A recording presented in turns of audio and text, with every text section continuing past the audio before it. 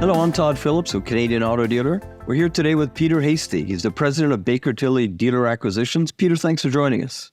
Oh, my pleasure. Thank you. We're going to talk about something that's really important for dealers. When is it time to sell your dealership? And Peter, your father was the dealer. You've been in the business for 30 years. You've been a CFO of a dealership group and a dealer principal yourself. So these are questions that you've dealt with in the past and certainly as part of your core job now. Dealers are getting closer to retirement age, a big number of them. And how do they know when it's time? Well, I mean, at the end of the day, it's a personal choice. But look, the business has gotten a lot more complicated since over the years and since we started. Some of the people listening to this will remember the days when we would sit and do the weekly ad for the newspaper. That's long gone. And people would come into the showroom. That's long gone. And the way you do business today is a lot different. So I guess it's a question of, are you still having fun? You've got to be on your game. Some of the big groups have quite the infrastructure. Everything is sort of web-based and internet-based these days. If you get a lead on the internet and you don't answer in 72 seconds, your competitor will. And so you really need to know, you take that and you combine it with the fact that dealership values are very high still. Despite the interest rates, that's expected to be short-term. There's great value still today. So again, it's a personal choice as to, are you still having fun? And if it's starting to get frustrating, the groups are buying up. They've got infrastructure. They can gobble these things up and you can get on your way and smell the roses sort of thing. And as you mentioned, that you could buy a lot of roses for the price of a dealership sale these days, right? $20-30 million worth of roses if you want. And so when you're helping dealers prepare for the sale, this is really the core part of what it is you do. How do you help them along? What can they expect if they engage you on this process?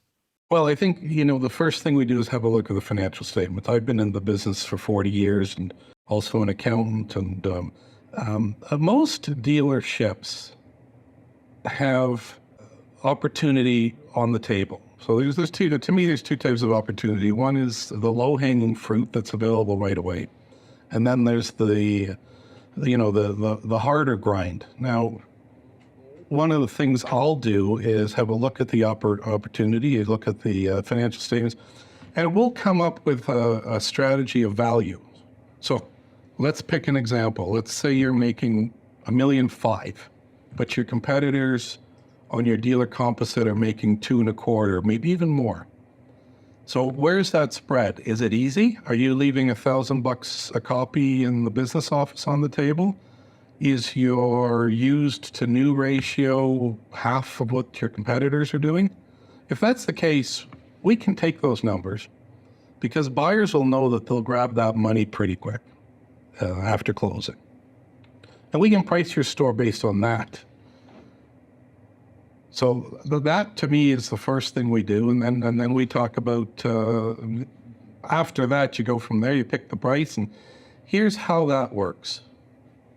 The selling dealer is happy because he's not doing that right now, but the incoming dealer knows they're going to do that right away.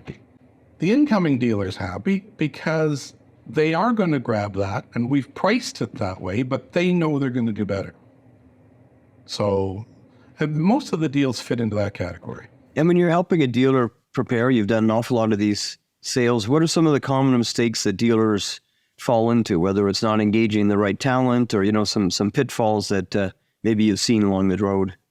Well, you hear of dealers wanting to do it on their own. Now, I'll tell you this, some of the buyers are very experienced. They have an entire team, so they don't need any support. But if you've never done a deal before, you've only done a few, and this is your lifeblood, and this is what you've put your energy into for the last 40 years, you want to make sure you're not going into a learning curve. Deals fall apart for all kinds of reasons. So you want to make sure your accountant is on point. There's lots of tax strategies and other things that need to be discussed up front. You want to make sure your corporate lawyer is of the caliber to do the deal.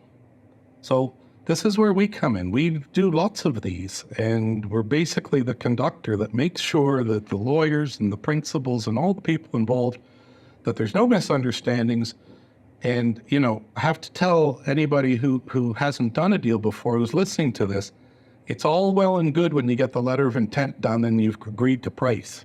But you got to go from there to a full-blown agreement of purchase and sale. And there's lots of rocks on the road on the way if you're not prepared, if you're not experienced, if you don't have the right team in place. And the worst that can happen, you're 9 months down the road and the deal falls apart and nobody wins.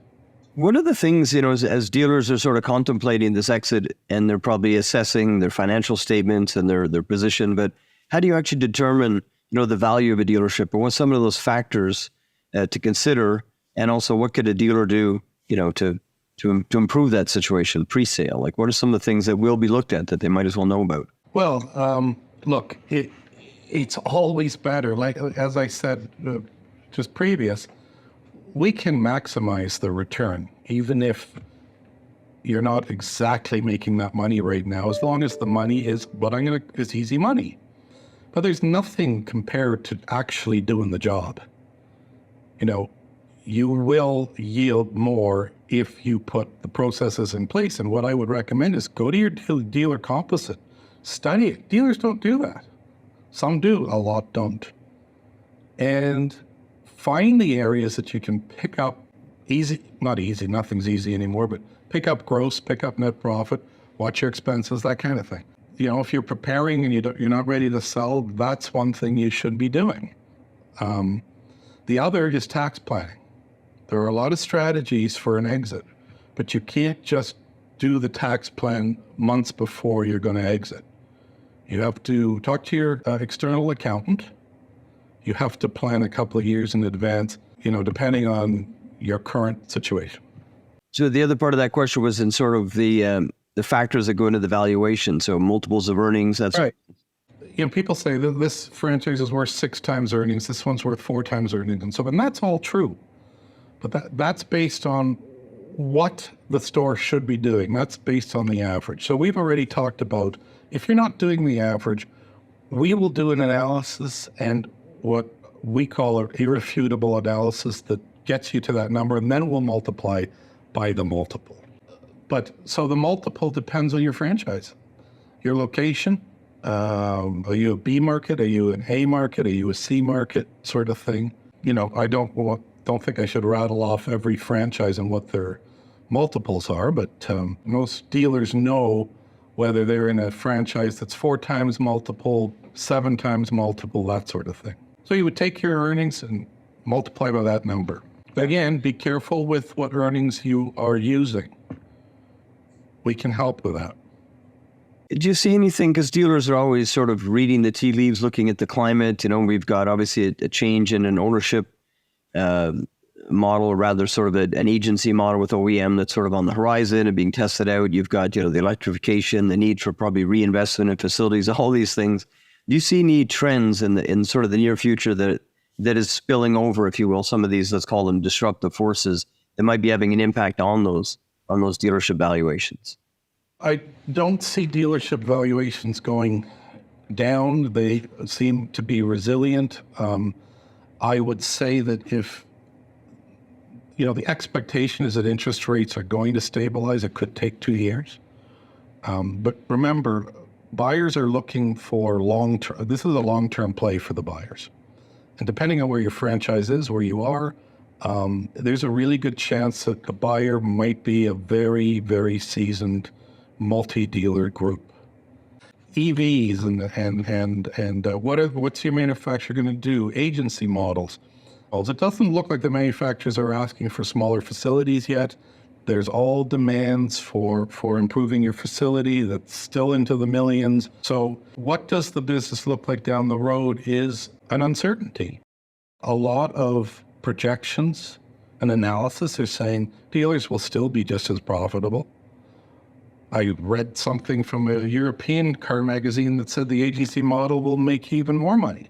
So who knows? I think the point is if you're at that age where you're thinking of exiting and there's all this uncertainty and the checks are still big, why wouldn't you consider it?